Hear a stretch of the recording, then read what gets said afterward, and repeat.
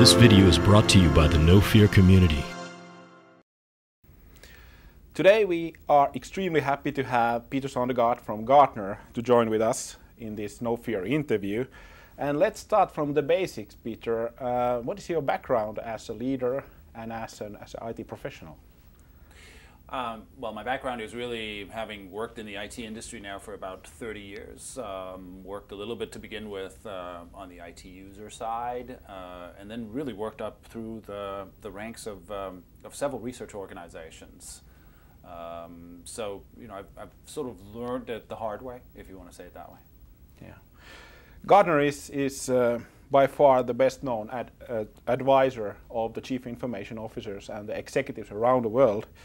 And in the No Fear book, we are handling this change also from the technology standpoint. So how this revolution of young generation entering to the labor market is really changing the landscape? What is kind of visible thing in their agenda? Well, the CIOs right now actually have probably four main challenges, of which at least two of them are really driven by the new generation that's coming into the workforce, not just from an age perspective, but also from a geography perspective. The CIO faces challenges with cloud. That's really just an evolution of the old infrastructure. The CIO faces challenges with information. That's really how you run the business, and the CIO needs to figure out how they do that better. But then there's two things that are really challenging for them because it's what the new generation brings. And it is the usage of social environments, both from a perspective of growth, of engaging with people differently, and also how you actually infuse with excitement the organization internally. So social is sort of one that's a major change for CIOs. And the second thing is mobile. Mobile is driven really not from there's nothing new with mobile phones, but it's the architecture that we build on top, caused by the fact that we can do computing a lot cheaper. It's therefore possible for a lot larger part of the global population to become engaged in this. And it's also possible for the younger generation to use what they use as their tool, which is platforms that's not the PC. So in essence, those two things are cultural revolutions for the CIO. Opportunities for the ones that execute correctly, and probably lost jobs for the ones that fail to do anything. But is then the solution for the chief information officers, is it like to read a magic book of something, or is it more like a fast learning track that you have to be very fast to be in the front line, or how do you get to those changes, I mean, in a very action-oriented way? Yeah, I mean, the change has to come from the fact that you have to have the people that understand this, because there is no book that teaches this. Because it is so new and it evolves so fast. Now, you have the people, and that's what you need to attract. You need to figure out how you attract the people that understand this. But then you, of course, need to dissect what lies underneath, because what lies underneath is human behavior and is cultural diversity that is fundamental and frankly haven't changed for thousands of years.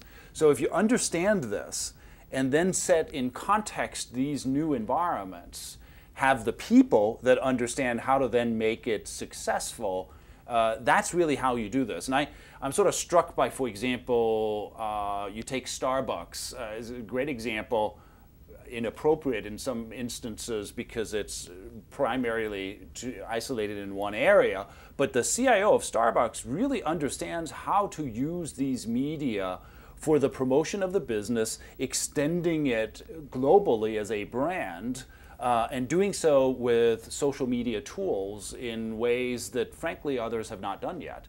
Now, he has probably a 60-day advantage, because what's happening is obviously a continuous innovation in this space that requires anybody to be on top of their game all the time.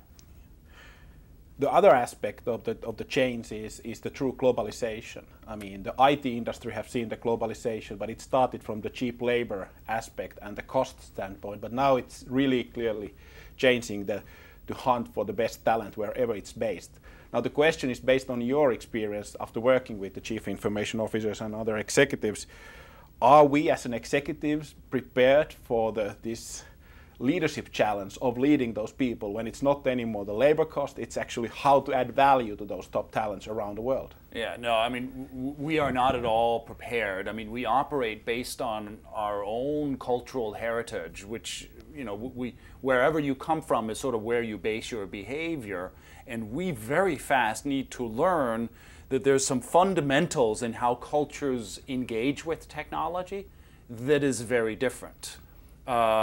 In Northern Europe and in North America, it's all about an action-oriented culture. It's all about doing something according to a calendar. That's why a calendar is so important. In Southern Europe, the Middle East, and Africa, it's about the relationships you have. And so it doesn't really matter if you're 30 minutes late. It's about how you engage with people and the relationships you have. In the Far East, certainly in China, and for example, for that matter of fact, also in Japan, it's about the hierarchy. It's about extending beyond you as an individual because it's about thousands of years. And so executives need to learn this. Then they need to understand that innovation doesn't necessarily just flow to the people that have.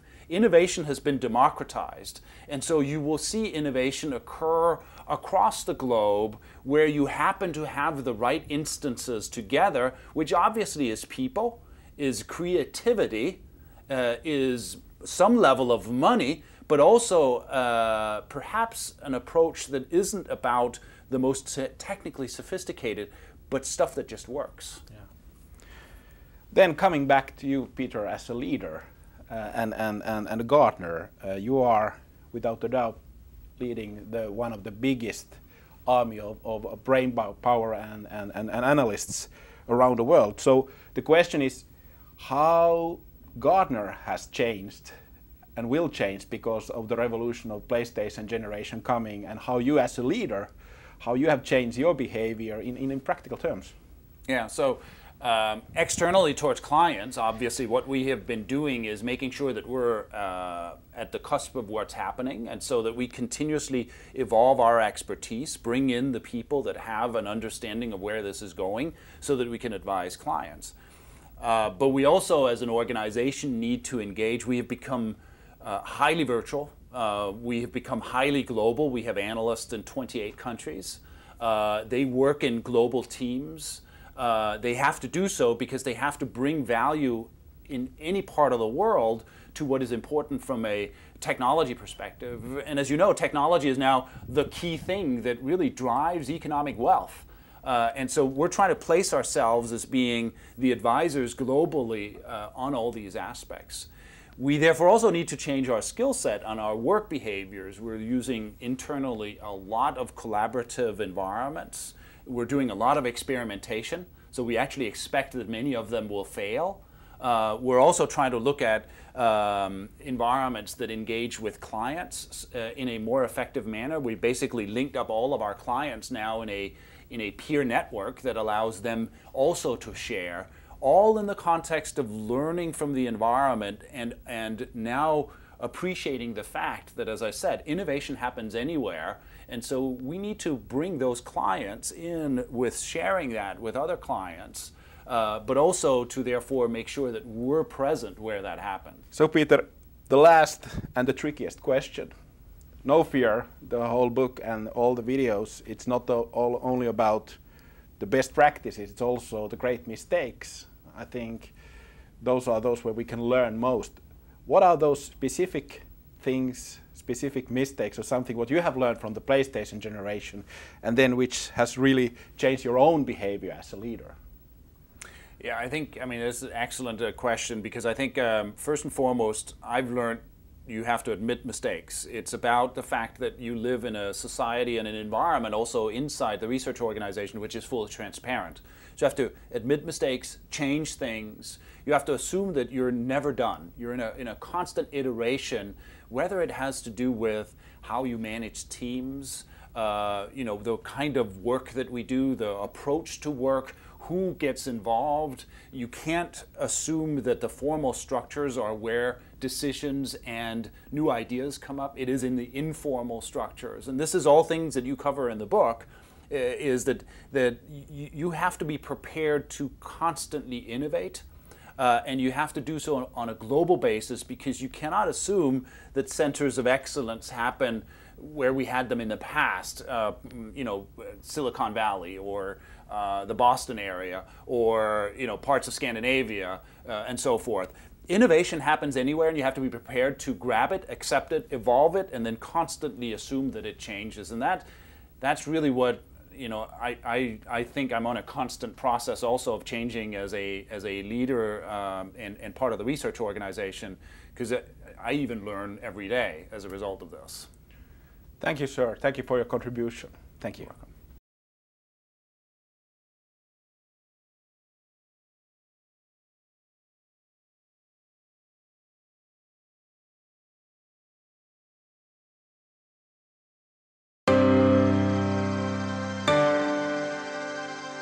This video is brought to you by the No Fear community.